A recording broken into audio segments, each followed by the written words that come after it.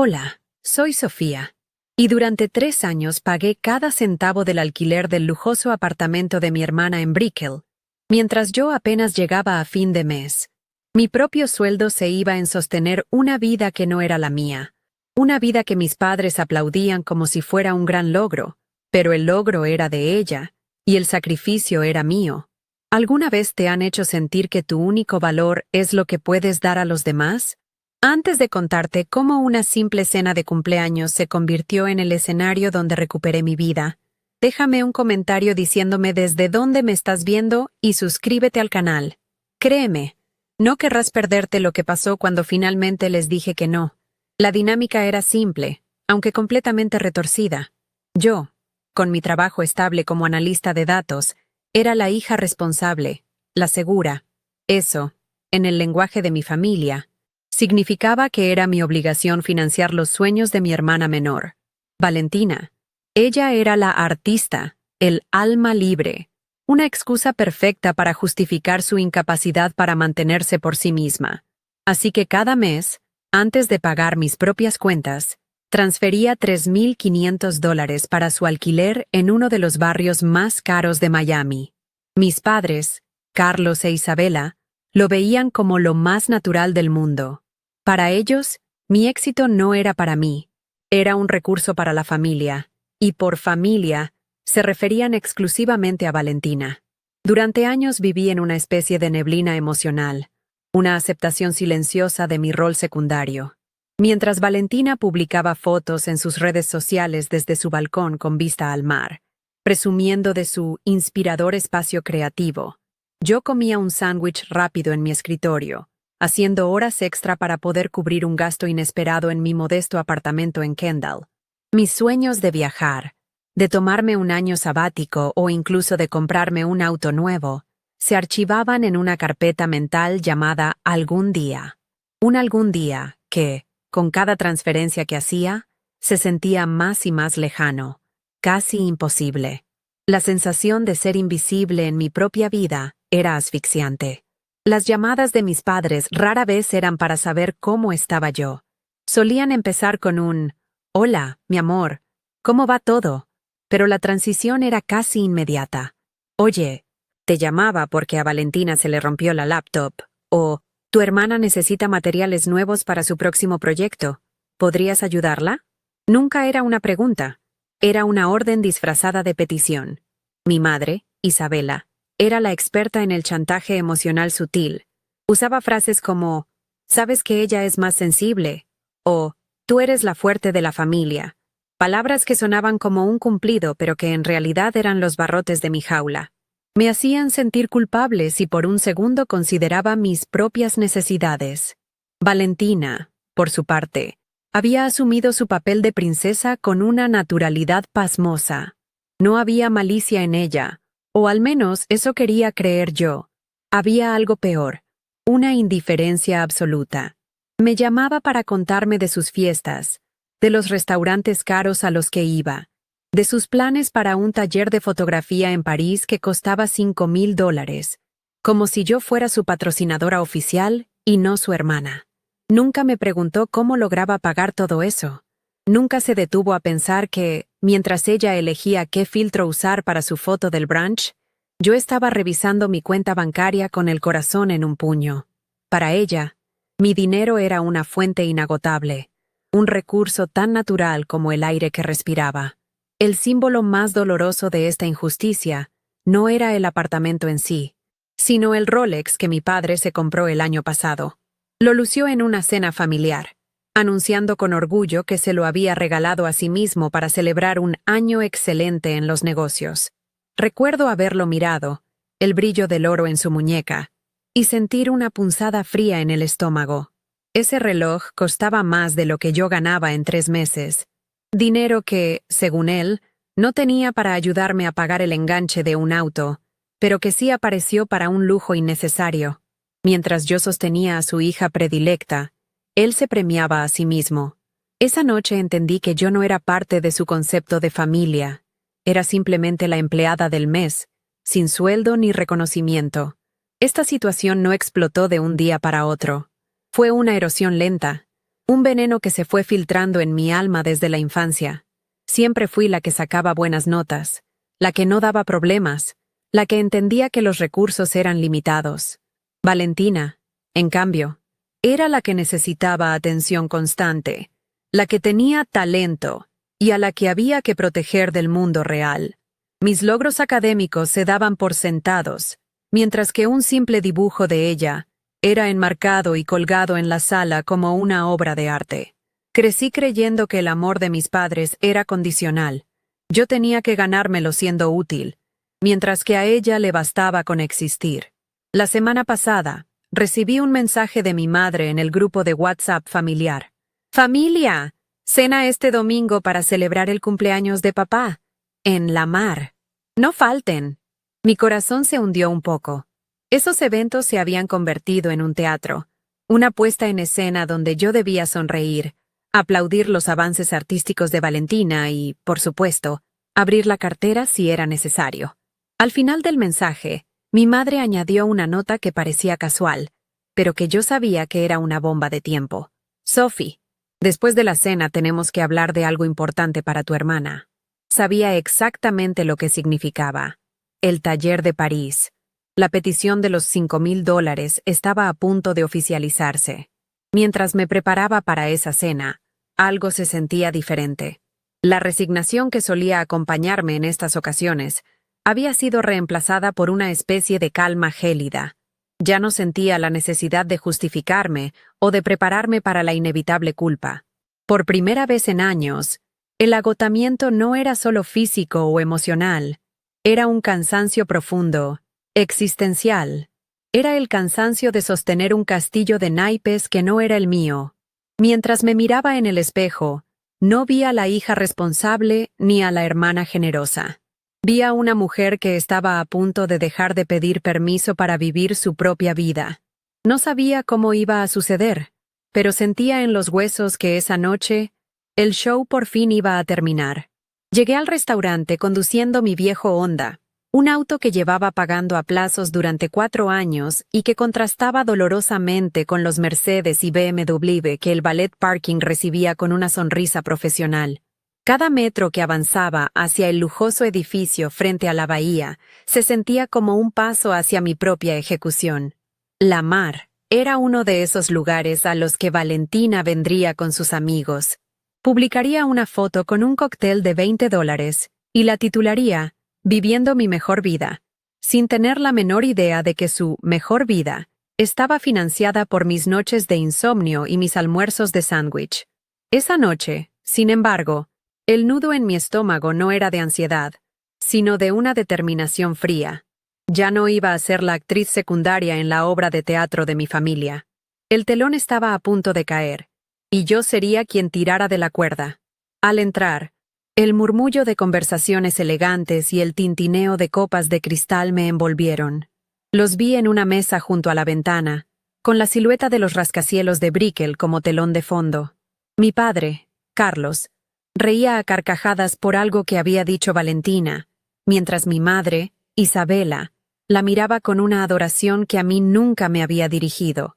Parecían la familia perfecta sacada de una revista. Una imagen pulcra y feliz que solo era posible gracias a mi sacrificio silencioso. Me acerqué a la mesa sintiéndome como una extraña, una pieza externa que no encajaba en su rompecabezas de apariencias. Mi llegada interrumpió su momento, y sus sonrisas, aunque se mantuvieron en su sitio, perdieron toda su calidez. Para ellos, la fuente de ingresos acababa de llegar a la fiesta. «Sophie, mi amor, qué bueno que llegaste», exclamó mi madre, levantándose para darme un beso en la mejilla que se sintió tan calculado como una transacción comercial. Su perfume caro, el mismo que Valentina usaba, me pareció sofocante. Mi padre apenas levantó la vista de la carta de vinos y me saludó con un gesto de la cabeza. Su atención ya fija en una botella que probablemente costaba lo mismo que mi factura de la luz.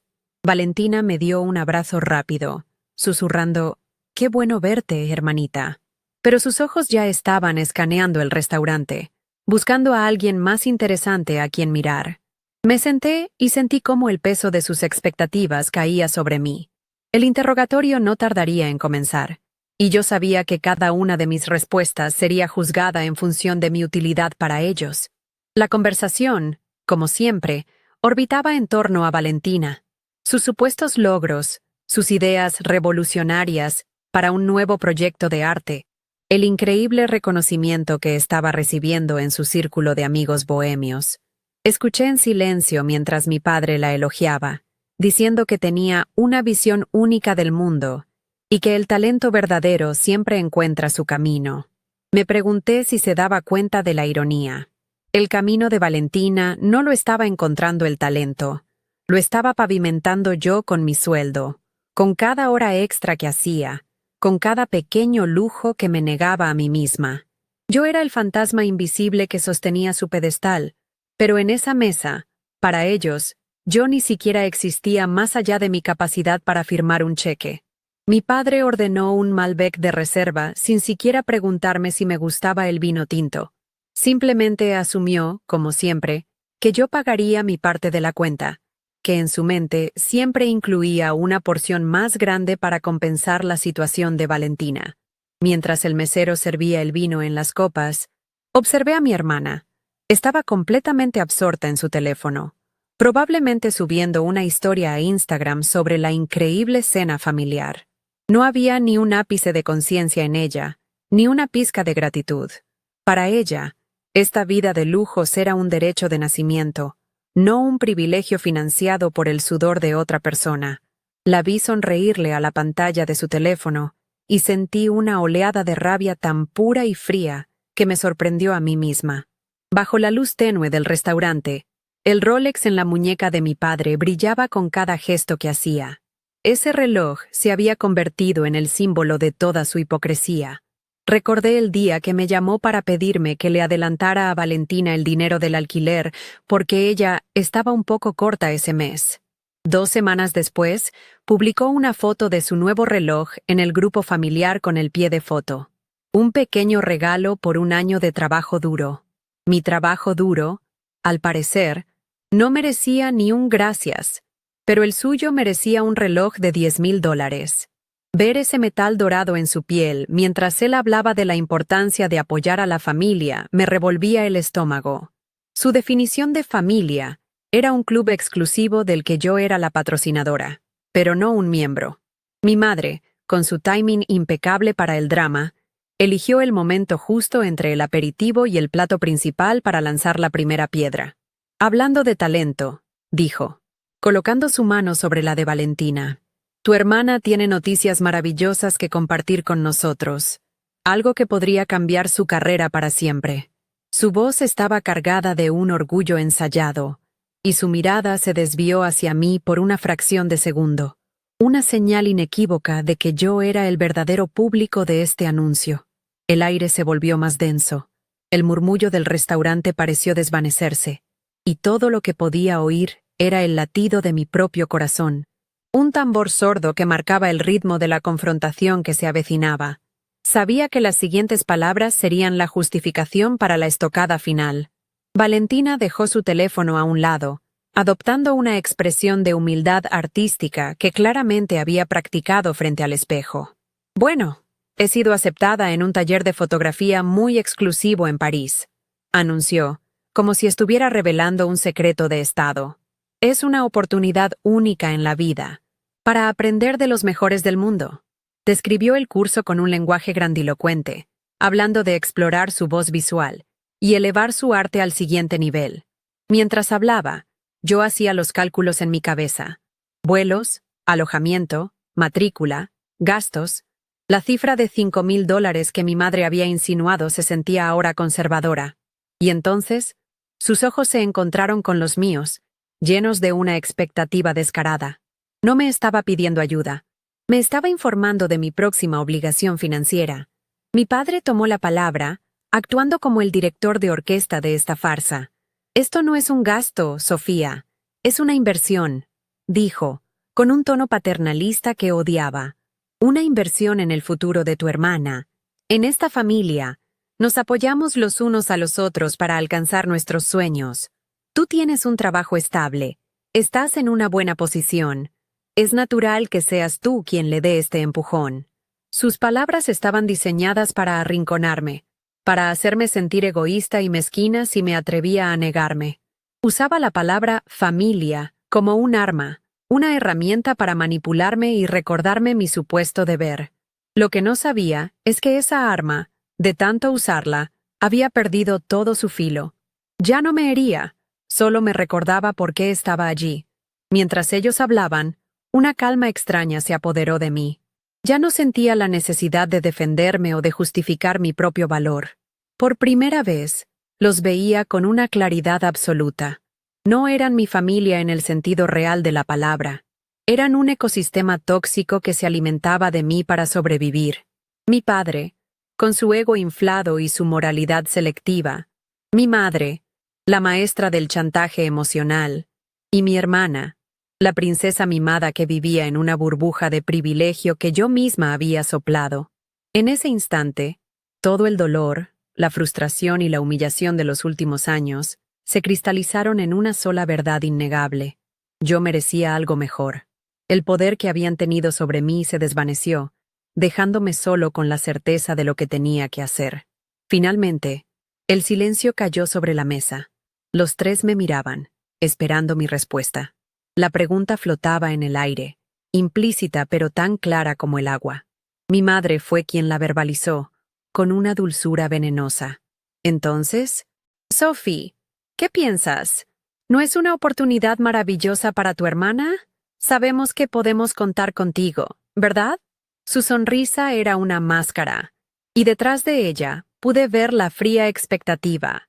Este era el momento, el punto de no retorno. Tomé un sorbo de agua, sintiendo el frío del vaso en mis manos. Levanté la vista, miré a cada uno de ellos a los ojos, y por primera vez en mi vida, me preparé para decir la palabra que me liberaría, sin importar el caos que desatara a continuación.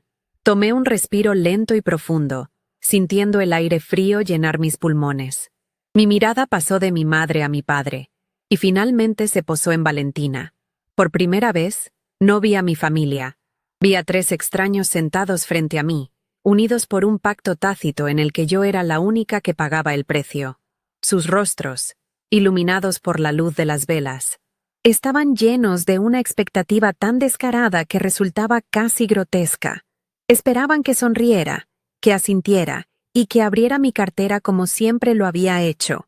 Pero la mujer que había llegado a ese restaurante esa noche ya no era la misma que había pagado el alquiler del mes anterior. La resignación se había convertido en una armadura de hielo, y dentro de mí, algo se había asentado con una calma definitiva.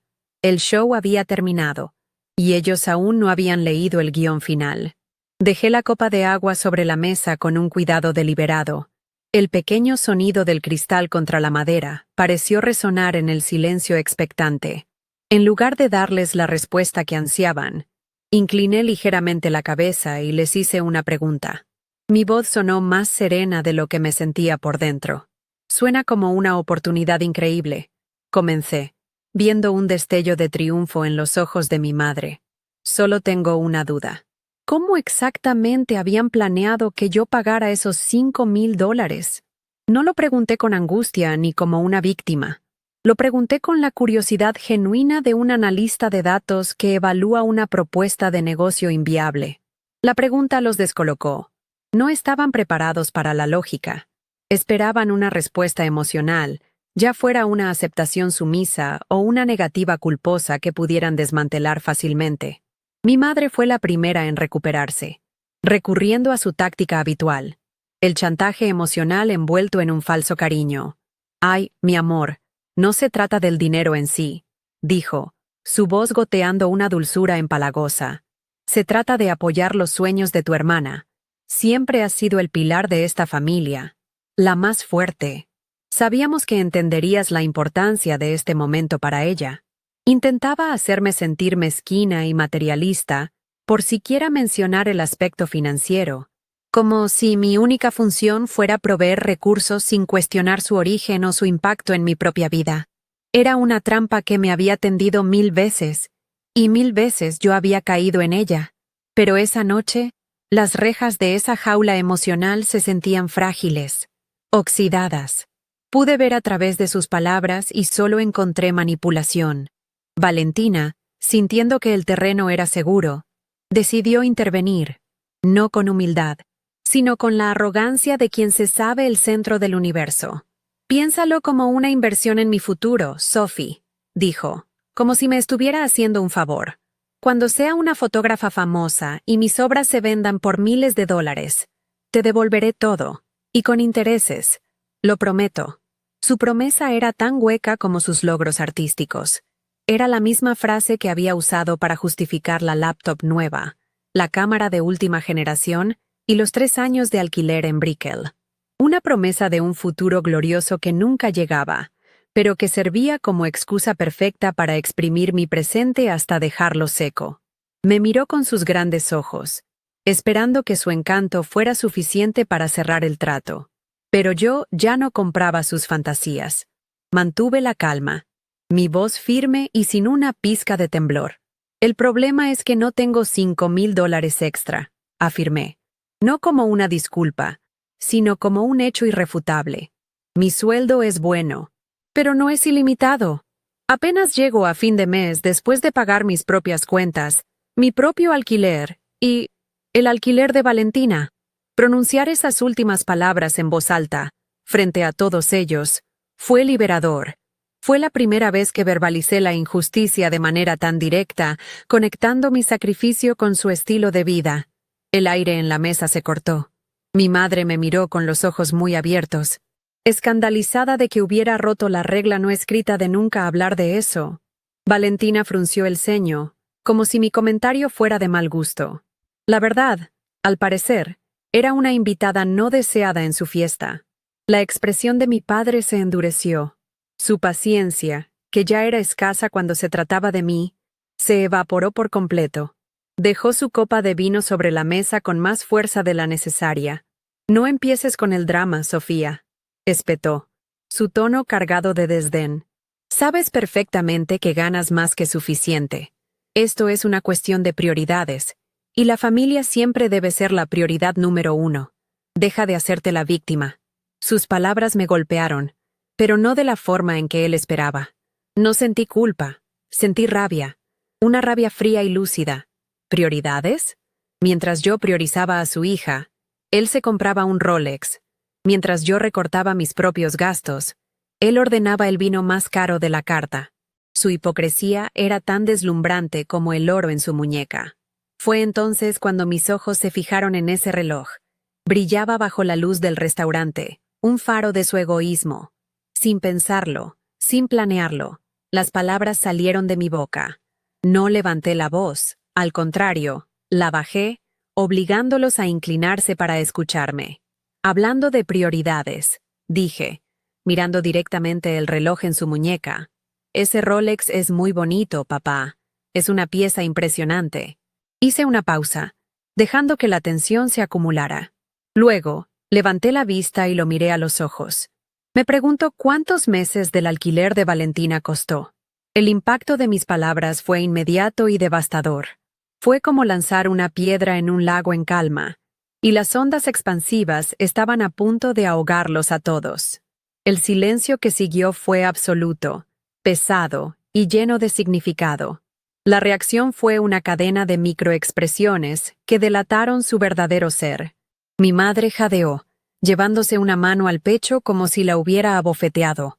Valentina me miró con una confusión genuina, incapaz de procesar cómo una cosa podía tener que ver con la otra. Pero la transformación más dramática fue la de mi padre. Su rostro, antes sonriente y satisfecho, se contrajo en una máscara de furia. La fachada del patriarca benévolo se hizo añicos, revelando al tirano que siempre había estado debajo. Sus mejillas se enrojecieron y sus ojos se entrecerraron. No te atrevas a hablarme en ese tono, siseó, su voz baja y amenazante. Lo que yo haga con mi dinero no es asunto tuyo, nunca. Su negación era la confirmación que yo necesitaba. Le había dado justo donde más le dolía, en su autoimagen de hombre exitoso y justo. Lejos de intimidarme, su ira me dio fuerzas. Me erguí en mi asiento, sintiendo que por primera vez en mi vida, yo tenía el control de la situación. Se convierte en mi asunto, papá, cuando mi dinero se usa para sostener un estilo de vida que ni siquiera yo puedo permitirme, mientras se me exige más y más cada día. Respondí, mi voz tan firme como el acero. Se convierte en mi asunto cuando me llaman egoísta por no poder financiar un capricho de $5,000. Después de haber dado más de $100,000 en los últimos 3 años para mantener esta ilusión. La palabra ilusión quedó flotando entre nosotros.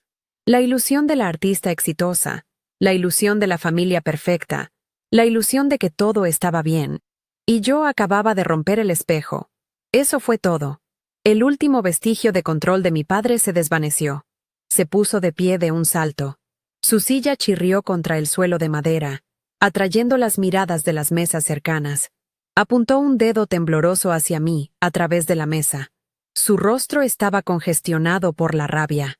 «¡Eres una malagradecida!», gritó, su voz resonando en el elegante restaurante. «Una egoísta. Después de todo lo que hemos hecho por ti, ¿así nos pagas?», cuestionando mis decisiones, humillando a tu hermana. La gente a nuestro alrededor se quedó en silencio, sus tenedores suspendidos en el aire. Me convertí en el centro de un espectáculo no deseado, pero ya no sentía vergüenza. Solo sentía una claridad helada. Estaba presenciando el colapso de un sistema construido sobre mi sumisión, y en lugar de miedo, sentí una extraña sensación de paz. La explosión final estaba por llegar, y yo estaba lista para recibirla. El grito de mi padre pareció absorber todo el sonido del restaurante. Por un instante, el murmullo de las conversaciones, el tintineo de los cubiertos, todo se detuvo. Sentí docenas de ojos clavados en nuestra mesa, en mí, caras curiosas, algunas compasivas, otras juzgándome. Me sentí expuesta, humillada bajo los focos de un escenario que no había elegido. Pero en medio de la vergüenza que debería haberme consumido, sentí algo más, una extraña y fría distancia. Era como si estuviera viendo una película sobre la vida de otra persona. Vi a mi padre, con el rostro enrojecido y el pecho agitado por la ira, y no sentí el aguijón del dolor filial. Solo vi a un hombre perdiendo el control porque su cajero automático personal acababa de mostrar un mensaje de error. En ese momento, la conexión emocional que me había atado a él durante 26 años se rompió con un chasquido silencioso e irrevocable. Mi madre reaccionó como siempre lo hacía, priorizando las apariencias sobre cualquier otra cosa. No me defendió. No intentó calmar a mi padre. Su única preocupación era el espectáculo. «Carlos, por el amor de Dios, siéntate», siseó entre dientes, lanzando miradas de disculpa a las mesas vecinas. «Estás haciendo una escena. La gente nos está mirando». Su mano agarró su brazo, intentando forzarlo a volver a su asiento. No por mi bienestar, sino para salvar su propia reputación. Verla en acción fue como ver a un director de escena tratando de evitar que un actor se saliera del guión. Su pánico no era por la fractura de nuestra familia, sino por la mancha en su imagen pública. Para ella, el verdadero crimen no era la crueldad de mi padre, sino el hecho de que se hubiera exhibido en público. Esa simple acción me confirmó que en su mundo, mis sentimientos siempre serían un daño colateral aceptable. Valentina, por su parte, se encogió en su asiento, con el rostro cubierto por una expresión de mortificación adolescente. Su vergüenza no era por mí, ni por la injusticia de la situación. Era la vergüenza puramente egoísta de ser el centro de una escena tan poco glamorosa. «¿Por qué tienes que ser así, Sofía?», susurró, su voz cargada de un reproche infantil. «Siempre tienes que arruinarlo todo. Era el cumpleaños de papá». Sus palabras me golpearon con la fuerza de una revelación.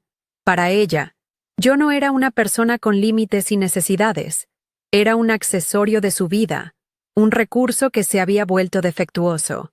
Mi negativa a seguir financiando sus sueños no era un acto de autopreservación, sino un acto de sabotaje contra su felicidad.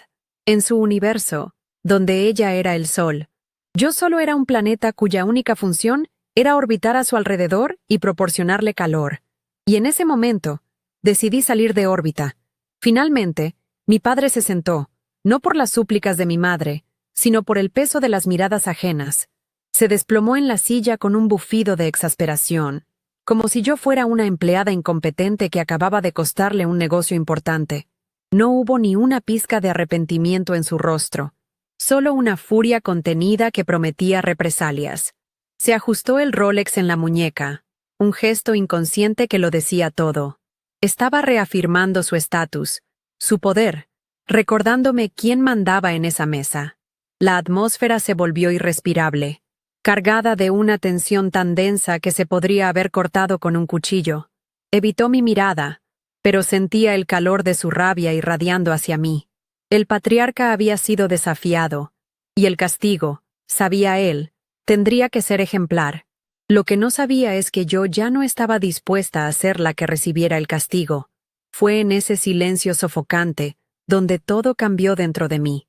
La rabia que había sentido se disipó, reemplazada por una calma absoluta y cristalina. Comprendí con una certeza que me heló los huesos que discutir. Llorar o intentar hacerles ver mi punto de vista era inútil. Era como intentar explicarle el color azul a alguien que ha nacido ciego. Ellos no operaban con la misma lógica emocional que yo. Su sistema se basaba en la utilidad, el control y el beneficio. Durante años, yo había sido una inversión rentable, y ahora que amenazaba con retirar mis fondos, me había convertido en un problema. La solución, por lo tanto, no podía ser emocional. Tenía que ser transaccional, tan simple, limpia y brutal como una orden de cancelación. El plan no se formó con palabras en mi mente, sino como una sensación, una certeza inamovible. Solo había una cosa que podía hacer, una sola frase que entenderían. Justo en ese momento, como un actor entrando en escena en el momento más inoportuno, el mesero se acercó a nuestra mesa con una sonrisa profesional. Llevaba 2 platos humeantes en las manos, el lomo de res para el caballero y el salmón para la señorita, anunció con una alegría que resultaba casi cómica en medio de la guerra fría que se libraba en nuestra mesa. Colocó los platos frente a mi padre y Valentina con un movimiento ensayado. La normalidad de su gesto era surrealista. El aroma de la comida cara llenó el aire. Un recordatorio grotesco del dinero que yo había estado gastando para mantener estas farsas. Mis padres y mi hermana recompusieron sus rostros, adoptando máscaras de civilidad para el extraño. Fue un instante que lo reveló todo. Su habilidad para fingir, para mantener las apariencias a toda costa, incluso con el sabor a ceniza de la batalla aún en sus bocas.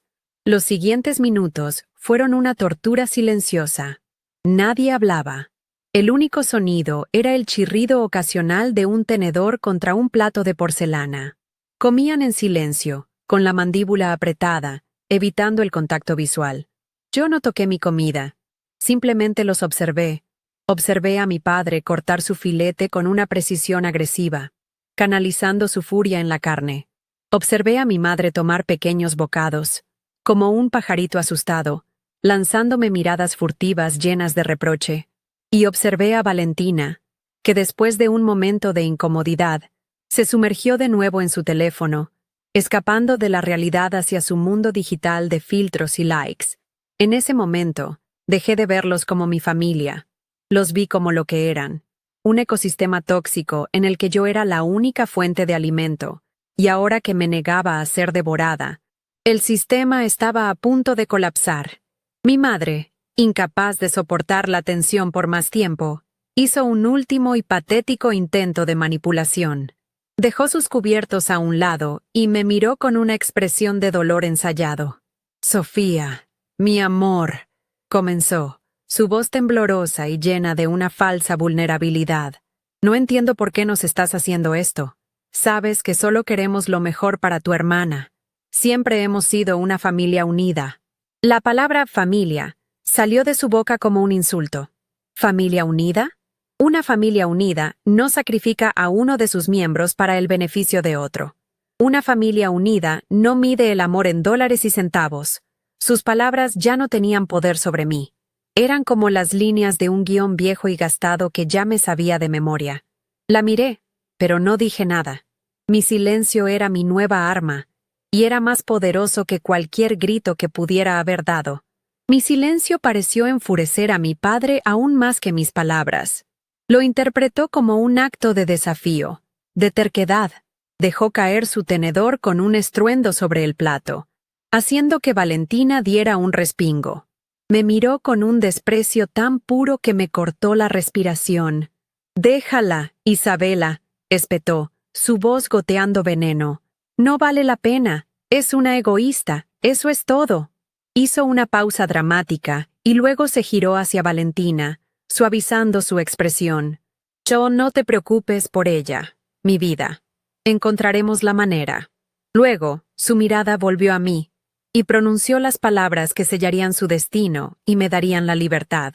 «Tu hermana tiene más talento y corazón en la punta de su dedo meñique de lo que tú tendrás en toda tu vida. Valentina es mejor que tú, Sofía. Siempre lo ha sido». Esas palabras, diseñadas para destruirme, para ser el golpe de gracia que me devolviera a mi lugar de sumisión, tuvieron el efecto contrario. En lugar de sentir dolor, sentí una liberación absoluta. Era la verdad, su verdad, finalmente dicha en voz alta. Ya no había nada que negociar, nada que salvar. Me habían clasificado, juzgado y sentenciado, y al hacerlo, me habían liberado de cualquier obligación.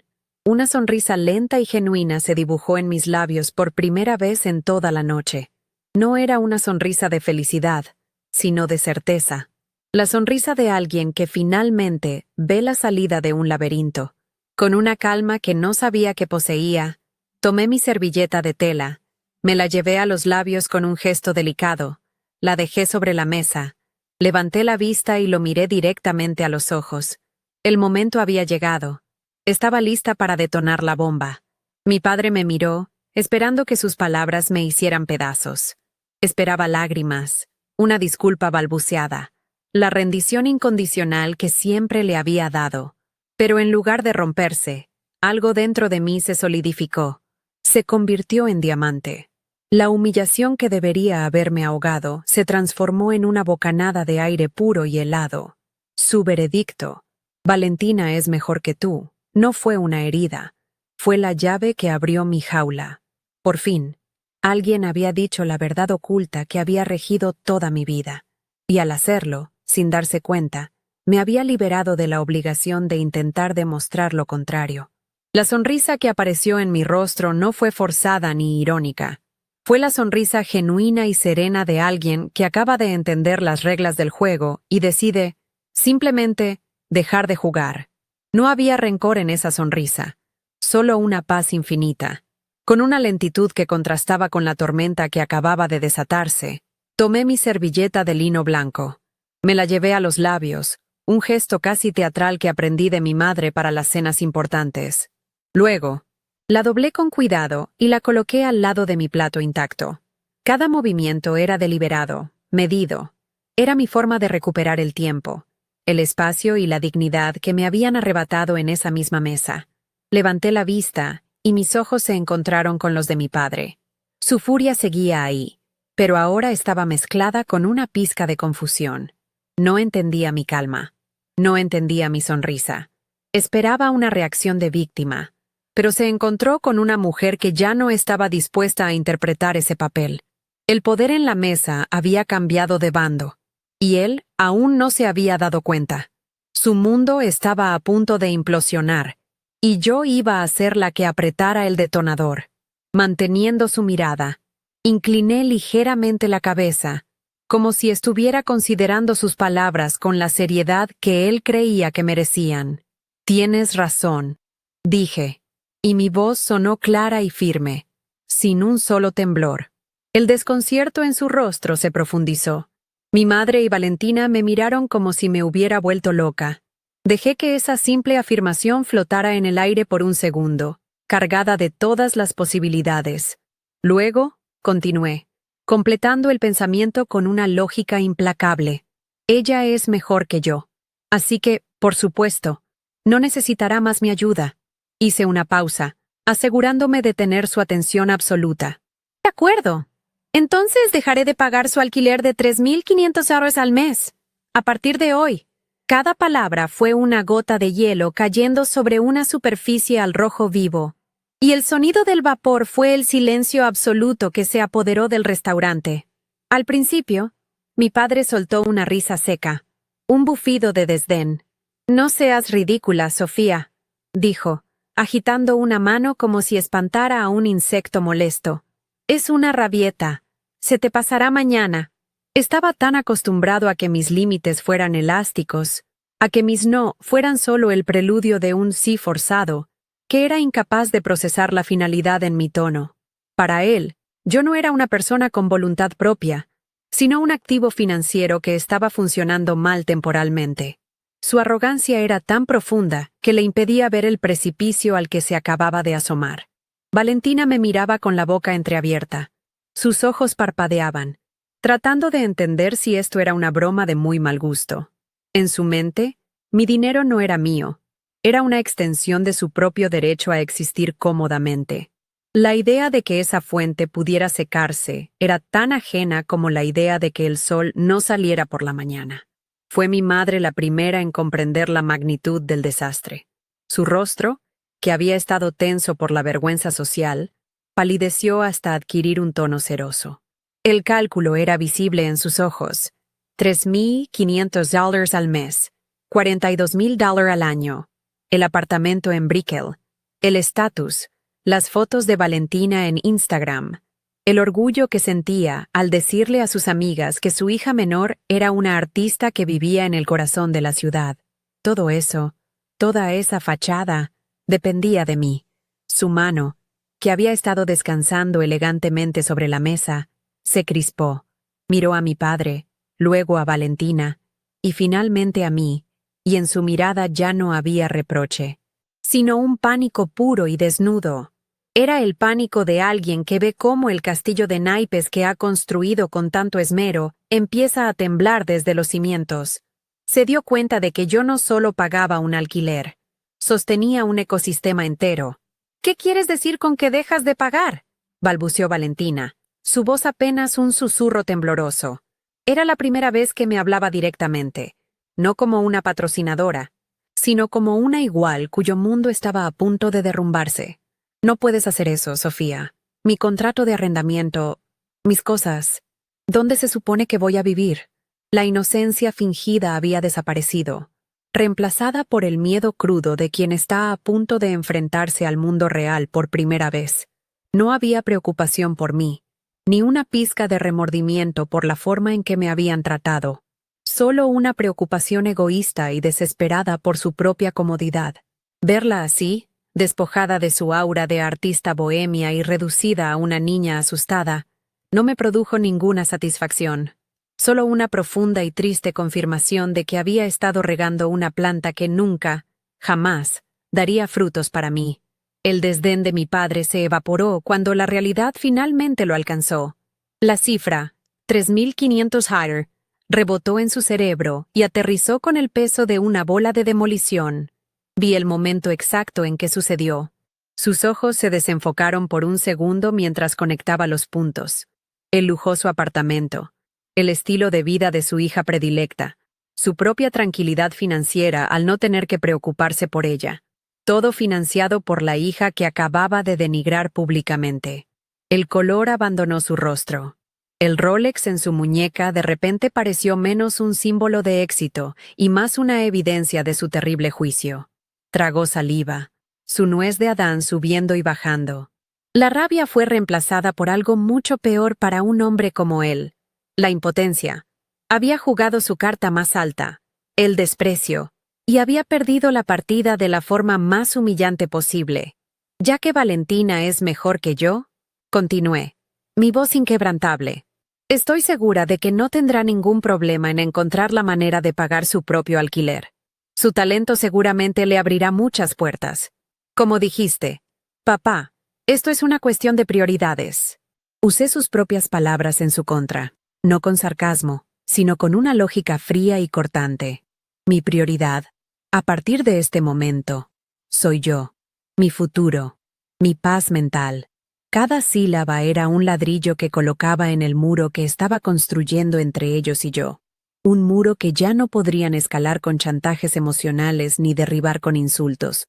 Me sentí más ligera, como si me hubiera quitado de encima un peso de 100 kilos que ni siquiera sabía que llevaba cargando durante toda mi vida. La libertad tenía un sabor extraño, un poco amargo al principio, pero increíblemente adictivo. El caos que siguió fue silencioso y devastador. Mi padre abrió la boca para hablar, pero no le salieron las palabras. Se quedó allí, con la mandíbula floja, buscando una amenaza, un argumento, algo que pudiera devolverle el control, pero no encontró nada. Su arsenal de manipulación se había quedado vacío.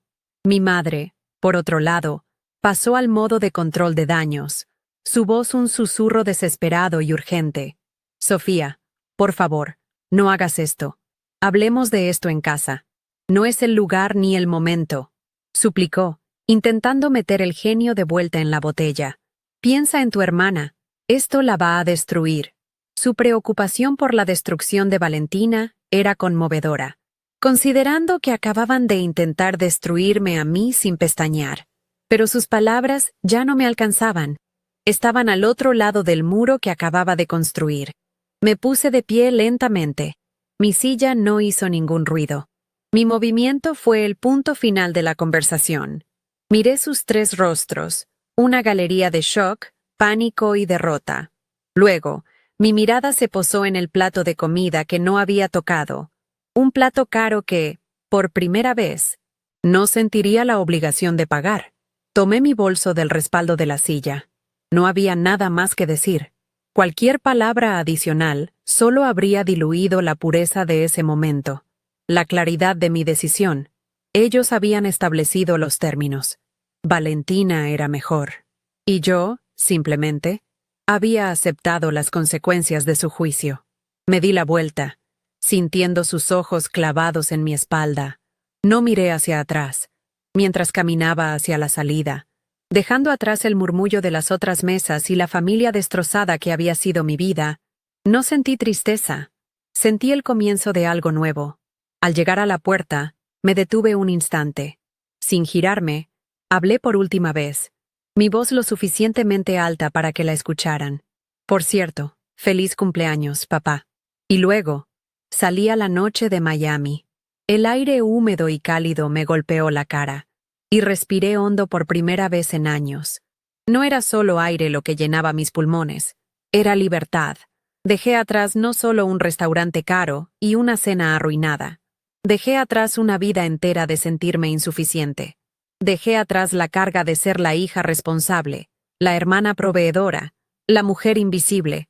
Y mientras me alejaba, con el sonido de las olas de la bahía a lo lejos, supe, con una certeza que me hizo temblar, que la cuenta que les había dejado en esa mesa era la más pequeña que tendrían que pagar. La verdadera deuda, la de haber perdido a su hija para siempre, acababa de empezar a acumular intereses. El viaje de regreso a mi apartamento en Kendall se sintió como el más largo y, a la vez, el más corto de mi vida. No puse música. Conduje en un silencio casi sagrado, con las ventanas abajo, dejando que el aire espeso de la noche de Miami me llenara los pulmones. Esperaba sentirme triste, o culpable, o incluso asustada por las consecuencias de lo que acababa de hacer. Pero no sentí nada de eso. Lo único que sentía era una ligereza abrumadora, como si me hubieran quitado un chaleco de plomo que llevaba puesto desde que nací. Al llegar a mi casa, lo primero que hice fue tomar mi teléfono. Abrí el chat familiar. Miré sus nombres por última vez. Papá, mamá, Valentina, y, uno por uno, los bloqueé. Bloqueé sus llamadas, sus mensajes, su acceso a mi vida. Esa noche dormí 8 horas seguidas, sin pesadillas, por primera vez en años. A la mañana siguiente, me desperté con el sol entrando por mi ventana, no con la vibración ansiosa de un mensaje de mi madre. Mi teléfono estaba lleno de notificaciones, pero eran de correos electrónicos del trabajo y mensajes de amigos, no de la crisis familiar que sabía que se estaba gestando. En lugar de abrir mi aplicación bancaria para programar la transferencia del alquiler de Valentina, hice algo que no había hecho en 3 años. Abrí una nueva cuenta de ahorros. La nombré Mi Viaje Soñado y transferí los primeros $3,500 a esa cuenta. Ver ese dinero, mi dinero, destinado por primera vez a uno de mis propios sueños, fue más gratificante que cualquier gracias que jamás me dieron. Fue un acto simple, una transacción digital, pero para mí fue la firma de mi declaración de independencia. El dinero ya no era una herramienta para comprar su afecto, era mi boleto de salida. No tuve que esperar mucho para saber lo que estaba pasando. Un par de días después, me llamó mi tía, la hermana de mi madre, con un tono de voz preocupado. Me contó, con muchos rodeos, que Valentina estaba histérica.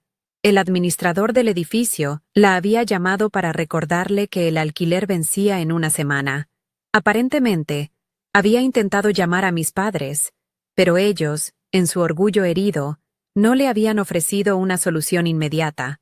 Mi padre, según mi tía, se negaba a ceder ante mi chantaje, y mi madre solo lloraba diciendo que yo había roto la familia. La noticia no me produjo ninguna satisfacción, solo una confirmación melancólica de lo que ya sabía. Su amor y su apoyo siempre habían estado condicionados a mi obediencia.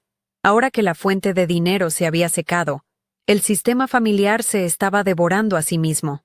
La consecuencia inevitable llegó 2 semanas después.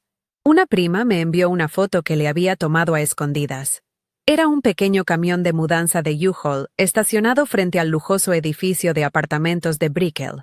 En la foto se veía a mi padre, con el rostro sombrío, cargando una caja de cartón, mientras Valentina supervisaba la operación con los brazos cruzados y una expresión de pura derrota.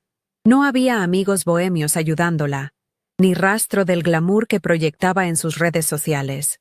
Solo estaban ella y mi padre, desmantelando la vida de fantasía que yo había construido para ella. La imagen era tan patética y tan real, que sentí una punzada de algo que no era lástima, sino una especie de cierre. El telón había caído definitivamente, y la escenografía estaba siendo retirada del escenario. Valentina, por supuesto, tuvo que volver a casa de mis padres. Me la imaginaba en su antigua habitación de la adolescencia, rodeada de los trofeos de una vida que ya no existía. El apartamento de Brickell con vistas al mar había sido reemplazado por un cuarto con vistas al jardín del vecino. La tensión en esa casa debía ser insoportable. Mi padre, furioso por la humillación y la nueva carga financiera. Mi madre, tratando de mantener una paz que ya no era posible. Y Valentina, la artista caída en desgracia, enfrentándose cada día al recordatorio de que su talento no era suficiente para pagar las cuentas. No era venganza lo que sentía, sino una especie de justicia poética. Habían querido que yo pagara por sus sueños, y ahora estaban pagando el precio de haber destruido los míos. Un sábado por la mañana, tocaron el timbre de mi apartamento. Miré por la mirilla y vi a mi madre. Estaba sola, con una expresión de súplica en el rostro que nunca antes le había visto. No abrí la puerta. Hablé a través de ella, mi voz firme. «¿Qué quieres, mamá?» Ella empezó a llorar, su voz ahogada. «Hija, por favor, hablemos. Tu hermana no está bien. Tu padre está... difícil. Somos una familia». La escuché, pero sus palabras ya no tenían el poder de antes. Eran solo ruido. «No, mamá», le respondí con una calma que me sorprendió a mí misma. «Una familia no hace lo que ustedes me hicieron. No tengo nada más que hablar». Me quedé en silencio, escuchando sus sollozos al otro lado de la puerta por un minuto más, y luego se fue. Cerré los ojos y respiré hondo. Había superado la prueba final. Con el dinero que ahorré en los siguientes 3 meses, hice algo que había pospuesto durante casi una década. Compré un boleto de avión para un viaje de 1 mes por Perú. Siempre había soñado con ver Machu Picchu, con caminar por las calles de Cusco, con perderme en un lugar donde nadie conociera mi nombre ni esperara nada de mí. Mientras planeaba el itinerario, sentía como cada reserva de hotel, cada tour que contrataba, era un paso más lejos de la persona que había sido. Estaba invirtiendo en mí misma, en mis experiencias, en mi felicidad. El dinero que antes se iba en sostener una mentira, ahora estaba construyendo mi verdad. La sensación era indescriptible. Era como aprender a respirar de nuevo después de haber estado conteniendo el aliento durante años. Unas semanas antes de mi viaje, mientras conducía hacia el trabajo, vi el Mercedes de mi padre en el carril de al lado. Él no me vio. Estaba hablando por teléfono, con el ceño fruncido, luciendo estresado y más viejo de lo que recordaba. En su muñeca, incluso a través del cristal del coche, pude ver el brillo de su Rolex, pero el reloj ya no me provocaba rabia ni dolor. Lo vi por lo que era, un simple objeto, un símbolo de prioridades equivocadas que ya no tenían nada que ver conmigo. Cuando el semáforo se puso en verde, él giró a la derecha y yo seguí recto. No sentí nada, ni una punzada de nostalgia, ni una gota de rencor, solo la indiferencia tranquila de quien mira a un extraño.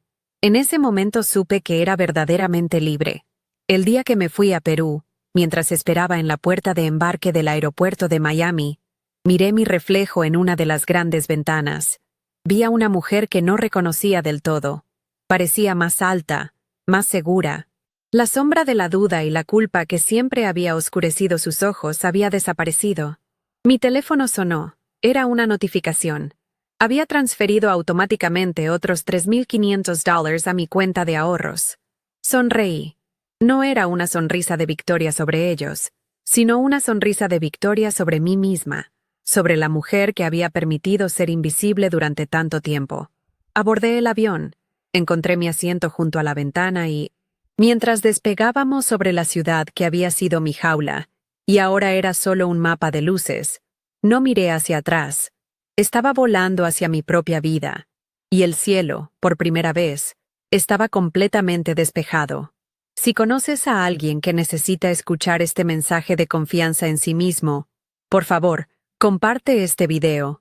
No olvides suscribirte para más historias sobre cómo encontrar tu propio camino, incluso cuando no es el que los demás esperan. Gracias por escucharme. Lo que aprendí esa noche en ese restaurante, y en todos los días silenciosos que siguieron, no fue sobre ganar una discusión. No se trataba de dinero, ni de un apartamento en Brickell, ni siquiera de un reloj caro. La lección más grande y profunda fue entender que mi valor no era una cuenta bancaria de la que otros pudieran retirar fondos a su antojo. Durante años, creí que mi propósito era ser útil, ser el pilar, la que resolvía todo. Pero esa noche entendí que mi verdadero propósito era ser yo misma, y para eso, primero tenía que rescatarme. Aprendí que el silencio puede ser la respuesta más poderosa, y que a veces, para construir tu propia vida, primero tienes que demoler las expectativas que otros construyeron para ti. Muchas veces nos aferramos a una idea de familia que nos enseñaron desde niños, una idea que dice que la lealtad es incondicional y que el sacrificio es la forma más alta de amor. Pero lo que he llegado a entender es que el amor que te pide que te anules a ti mismo no es amor, es control. La verdadera familia, ya sea la que te toca por sangre o la que eliges en el camino, es la que te impulsa a crecer, no la que te poda las alas para que no vueles más alto que ellos. No te sientas culpable por poner límites. Un límite no es un muro para mantener a la gente fuera. Es una línea que trazas para proteger el espacio sagrado que eres tú, para que nadie entre a pisotear tu paz interior. Me llamaban la fuerte, no como un cumplido, sino como un permiso para cargarme con más peso. Descubrí que la verdadera fortaleza no está en cuánto puedes aguantar, sino en la valentía de decir, ya no más. No se necesita gritar para ser fuerte. La fuerza más grande reside en la calma de una decisión que sabes que es correcta para ti, aunque el mundo entero te diga lo contrario. Es el coraje silencioso de elegir tu bienestar por encima de la comodidad de otros. Es mirarte al espejo y reconocer a la persona que ves, no como un recurso para los demás, sino como tu responsabilidad más importante. Ser fuerte es, a veces, simplemente, soltar. La paz tiene un precio. Y a veces, ese precio es la familia que creías tener. Perderlos fue doloroso, no voy a negarlo, pero fue como el dolor de una cirugía necesaria para extirpar algo que me estaba matando lentamente por dentro. Y lo que gané a cambio fue invaluable. Gané mañanas sin ansiedad, noches de sueño profundo, la libertad de soñar mis propios sueños, y, lo más importante, me gané a mí misma. A veces, para encontrar tu verdadero hogar, tienes que tener el valor de alejarte del lugar donde nunca te sentiste bienvenido de verdad. La soledad que sigue a una decisión así puede ser aterradora al principio, pero luego se convierte en una libertad que no cambiarías por nada. Mi revolución no empezó con un grito, sino con una frase tranquila en una cena. No necesité un ejército para ganar mi libertad. Solo necesité encontrar mi propia voz y usarla con una firmeza serena. A menudo pensamos que para generar un cambio tenemos que hacer mucho ruido. Pero he aprendido que las acciones más transformadoras son a menudo las más silenciosas. Dejar de responder un mensaje, cancelar una transferencia automática, decir no, sin dar explicaciones. Esos son los pequeños terremotos que pueden cambiar el paisaje de tu vida para siempre. Tu energía es tu recurso más valioso. No la regales a quienes no la aprecian. Aprende a retirarla en silencio y observa cómo tu mundo se transforma. Durante años, cada dólar que ganaba con mi esfuerzo se convertía en un ladrillo para el castillo de otra persona. El día que decidí invertir en mí misma, todo cambió. Y no hablo solo de dinero. Hablo de invertir tiempo en lo que te gusta, energía en tus propios proyectos, amor en tu propio bienestar. Eres tu inversión más importante, la única que te dará rendimientos garantizados de por vida. Cada libro que lees, cada viaje que haces, cada curso que tomas, cada hora que dedicas a tu salud mental, es un depósito en la cuenta de tu propia felicidad. No esperes a que alguien más crea en ti para empezar a invertir en tus sueños. Sé tu propio patrocinador. Mi historia no es una historia de venganza, es una historia de autodescubrimiento. Y el mensaje final que quiero dejarte es este. Tu valor es inherente. No depende de tu utilidad para los demás, ni de la aprobación de tu familia, ni de cuánto te sacrifiques. Eres valioso simplemente porque existes. No necesitas el permiso de nadie para reclamar tu vida. Si mi viaje te ha enseñado algo, que sea esto. Nunca es demasiado tarde para convertirte en el personaje principal de tu propia historia. Atrévete a soltar lo que te pesa, a trazar tus límites y a caminar con la cabeza en alto hacia el futuro que tú, y solo tú, elijas para ti.